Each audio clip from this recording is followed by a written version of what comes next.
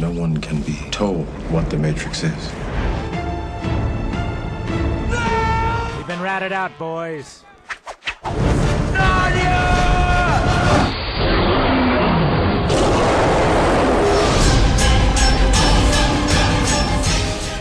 Гэрэлтэй цан хөтөлбөрийн кино 7 болон үзэгч та бүхэндээ өнөөдрийнхөө зочныг уулзалж байна.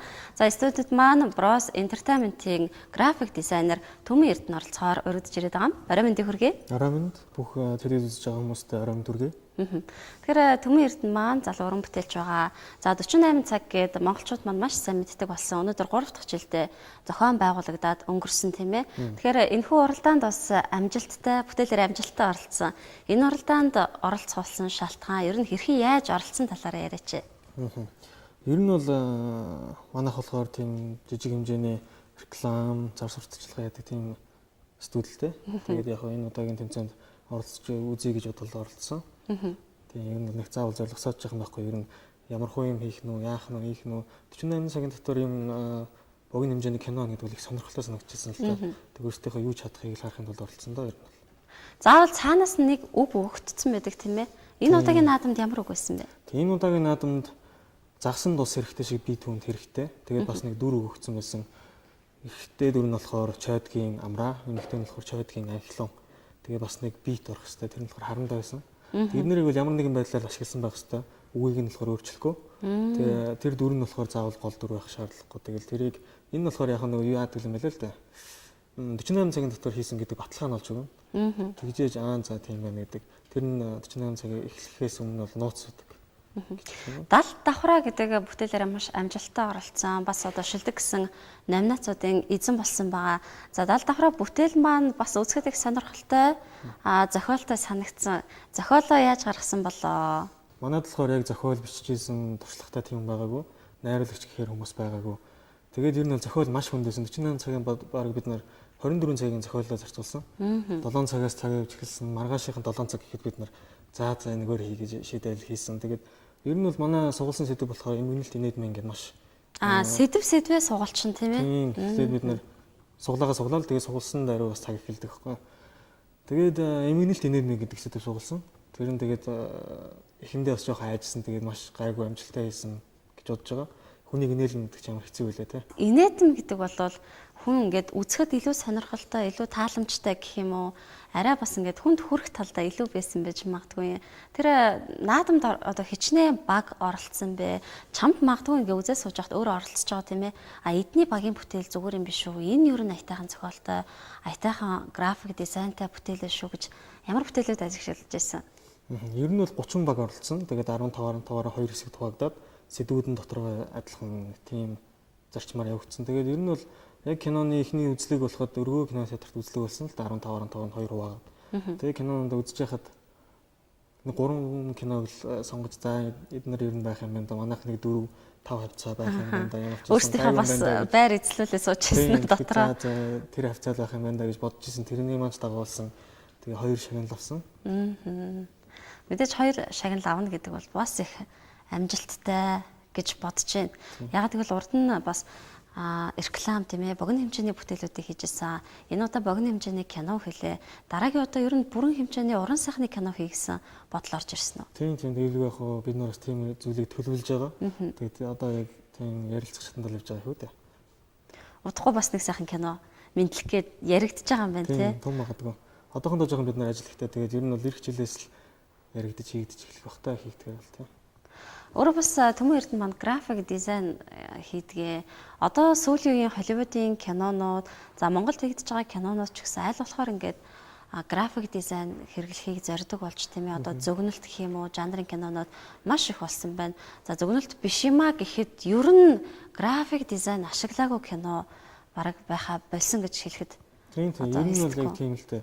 Кинон дээр бидний мэдгүй зүгээр л график дизайн хэр хүмүүс болохоор учиргүй төмөр хичгнэл гэрэл цацраалахыг график дизайн гэж ойлгож магадгүй. Тэгэхээр кинон дээр бол ер нь бол бараг бүх кинонд бол график дизайн ашиглаж байгаа. Жишээ нь энд зогсож байгаа хүнийг байхгүй болгох юм уу, ширээн дээр байгаа баарыг алга болгодог ч юм уу, жишээ нь тийм хүний анхаарлыг татах үс зарим нэг зүйлийг янзалдаг ч юм уу. Ер нь бол тиймэрхүү зүйлээр график дизайн маш ихээр ашигладаг л да кинонд. Монголын одоо сүүлийн кино бол маш их хөгжиж шít хүмүүс ч мэдж байгаа. Тэгээ чанартай чамдаг ер нь янз бүрийн кино гарч байгаа. Ер нь бол Энэ маш их зөв. Одоо сүүлдээ Монголын кино урлаг Холливуд шиг гоё болно гэдэгт айгүй итгэж явдаг. Тийм. Тэр талын судалгаа хийдэг бах те хүмүүсийн хамгийн сайн мэддэг хэсэг хэм бол Титаник киноны одоо ингээ усан онгоцны өмнө гараа алдлаад явж идэг хэсэг гэдэг. Тэрийг хүртэл одоо график дизайнаар хийцэн байх жишээтэй. Тийм. Тэгэхээр ер нь график дизайны судалгаа хэрэг хийдэг вэ? Ямар киноных илүү их одоо сонирхолтой санагддаг. Одоо жишээ нь Аватар бол маш сонирхолтой тийм ээ. Бүхэл тэр одоо байгаль хүмүүсийн гадаад төрх гэдэг тэнд бол график дизайн ороогүй хэсэг гэх юм уу элемент байхгүй кино шүү дээ. 90% график дизайнер хийсэн кино гэж ярьдаг л та. Джеймс Камеронго болохоор өөрөө тэр зохиолыг маш их хэрэгтэй бичсэн байсан. 10 хэдэн жил төлөвлөсөн тийм ээ. Тийм. Тэгээд тэр киног нь хийж болох техник гарахыг хүлээжсэн. Тэгээд гарсан дараад нь хийсэн гэж ярилцлага өгдөг шүү дээ. Тэгээд ер нь бол маш их мундаг. Ер нь бол одоо Монголын кино урлагтай харьцуулахад бол тэр өстэй жинхэнэ харьцуулшгүй их мундаг хүн мундаг кино. Гэхдээ Монголын киночууд маань бас их сайжирчлаа л да. Чиний хувьд хамгийн их үзэх дуртай кино юм уу? Сүүлийн үед үзсэн кино. Би энийг бас хүмүүсээс их асуух дуртай байгаа гэдэг. Ягаад тэгэхээр хүн болгоныг ингээд бага ахудаад хүүхэд насндаа ч юм уу эсвэл ямар нэгэн одоо нөхцөл байдлаар нэг кино үзсэн тэр нь ингээд маш тод үлдсэн байдаг штэ. Дараа нь үзэхэд сонирхолтой санагддаг ч юм уу. Тийм ямар кино байдаг вэ? Тийм ер нь бол бага ахтай үзчихсэн багч явахтай ер нь 94 боцны кино байдаг. Тийм ахтар 3 цуврал тэр кино маш мундаг зохиолтой. Нөө цагаас дээр дээ тий. Маш мундаг хийцтэй. Тэр үедээ бол хүмүүсийг гайхуулсан кино. Тийм одоо ч гэсэн үзэхэд бол маш ер нь багийн өнгөд хараагүй мундаг зохиолтой. 3 анги кино тэгж хооронд нь уялдаа холбоотой болгоно гэдэг бол маш мундаг гэж.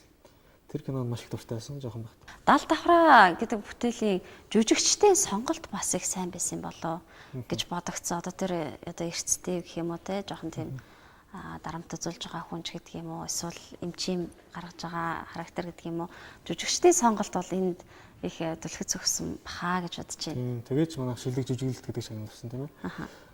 Ер нь бол яг зохиолоо гаргачаал өмнө Батлага манай киноны эмчийн дүрд гол дүр барыг тоглосон л та. Тэгээд ер нь суглаа суглахын өмнө Батлагаас ярьж зөвлөгөө авч исэн яах вэ яавал дээргүй ер нь зохиолоо ямар дараалал ажиллах хэрэгтэй гэдэг тал дээр их холбоотой юм асууж исэн л та.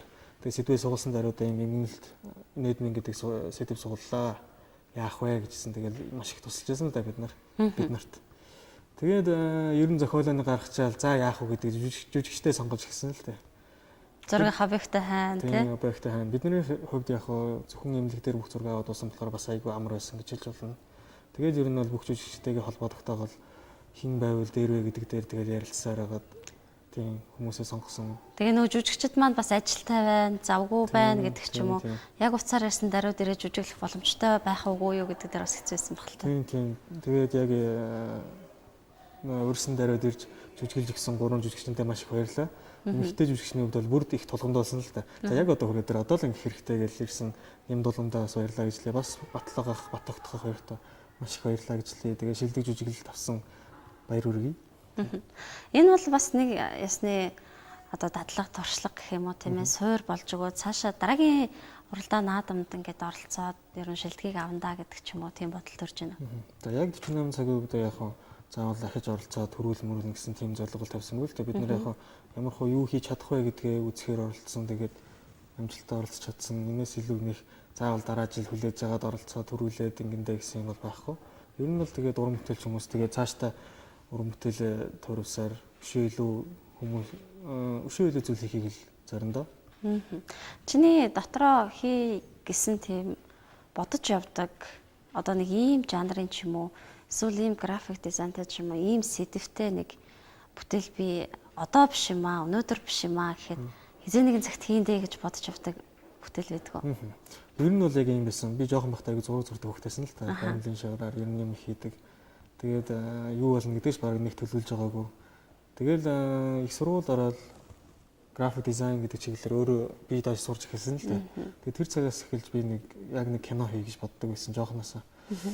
Ямар кино хийж болох вэ гэдэг дээрээс ер нь өөрийгөө кино хийхин тулд өөрийнхөө сурж байгаа мэдж байгаа бүх юмыг бие даашилж исэн. Кино хийж сурахын тулд юу сурах шаардлагатай вэ гэдгийг бие дааж сурж эхэлсэн. Тэгээд ер нь бол нэг түүхэн сэдвтэй Монголын байлдан дагуултыг харуулсан тийм нэг мундаг бүрийн хэмжээний кино хийх юмсан гэж мөрөөддөг юм. Тэгээд тэр бас тийм мөрөөдөл хийрэл байгаа. Одоогийн байдлаар. Дал дахраа бүтээл дээр найруулагчаар ажилласан. Ер нь одоо найруулагч хүн болгоны гэх юм уу хүсэл түүхэн кино хийхээсэн гэсэн хүсэлтэй ах шиг нь жүжигчин болгоны хүсэл бас нэг түүхэн кинонд дүрээ мөнхөлж үлдээхээсаа гэсэн бодолтой байгаа ах шиг байна. Тэгээ хамгийн гол нь монголчууд манд бас давуу талтай юм л да. Монголын түүх хичнээн баялаг үлээ тийм хичнээн ариун билээ. Гэтэл одоо тэр солонгосчууд гэх юм уу одоо нэг хүнэл баатар болгоол тийм түүхийн өөрсдөө зохиож штэ тийм ээ. Тэгэхэд манад бол бэлэн материал байгаа учраас тийм маш боломжтой тий. Ааха. Түүхэн гэдэгтээ бас дотор нь нэг энэ талын барай авчихсан гэдэг ч юм уу бодож байгаа зүйл байдаг. Яг энэ тал чи яг одоо Монголын эзэнт гүрний байлдан дагуул гэхээр би яг манай эртний өмнөх хүмүүнээс эхлүүлэл нөгөө бүрт чонгоо марл гэж ярьдаг шүү дээ. Тэрэн шиг бүрэн хэмжээний 3-4 цуврал нэг тийм мундаг кино хийх юмсан л гэж бодож байдаг. Яг одоохондоо би нас залуу байна цус шингэн мань бүрнийг бийдэх чинь гэдэг нэг зорьсон юм бол байхгүй. Ер нь бол мөрөөдөл хэмжээнд л байдаг гэж хэлдэг тийм. Мэдээж там зориг тавьж байгаа тийм ээ. Сайхан хүсэл мөрөөдөлтэй байж тэрэндээ заавал хүрэх нь дамжиггүй. Тэгээ бас хэдэн жилийн дараа удахгүй байхаа гэж бодож байна. Тэр сайхан бүтээлүүдийг үзэгч олонтой хүргээрэй гэж хүсэж байна. За маш их баярлалаа. Тэгэхээр хоёлаа Bros Entertainment-ийн бүтээл за Төмөн Эрдэнэ найруулагчаар нь ажилласан Дал давхраа гэдэг бүтээлээ үзэгч олонтой сонирхолтой. Үзэгчдэд хүрэхийн өмнө ер нь нэг жоох ингээд тэрэн дээр ингэжсэн, энэ дээр ингэжсэн ч гэдэг юм уу нэг сонирхолтой ярих зүйл байна. Тийм ер нь бол манай кино болохоор киноны туршид хөрхий тэр нэг давхраа хэлгэж байгаа их нөхрийг л дэглэсээр бол ер нь үзэгчд үзэх л бахал да. Тэгээ тэнцээ ер нь хөгжилтэй явдлаа тэгэхэд юу яадаг хэсэг гэдэг. Тэрэн дээр суулгацсан манай нөгөө гол өвчтөн маань ухаанг болсон. Тийм шатруу ундаг зэрэл тийм хаалга онголол гараад ирэхэд жинхнээсээ гарын зөгтөг байхгүй. Тэнцээ гарын хугалдаг гэсэн. Тэрэн дээр нэг тийм хөгжилтэй явдал төгс жинхнээсээ бараг гарын хуглан галцсан да. Тийм тэр батгаа ер нь бол их хөгжилтэй юм зөндөө болсон. Тэгээ нас одоо сайн санахгүй байна л да. За баярлалаа. Бидний урилгыг хүлээн авч студид маань зочлсонд баярлалаа. Тэгэхээр уран бүтээлээ үзэгчтэй хүргэе.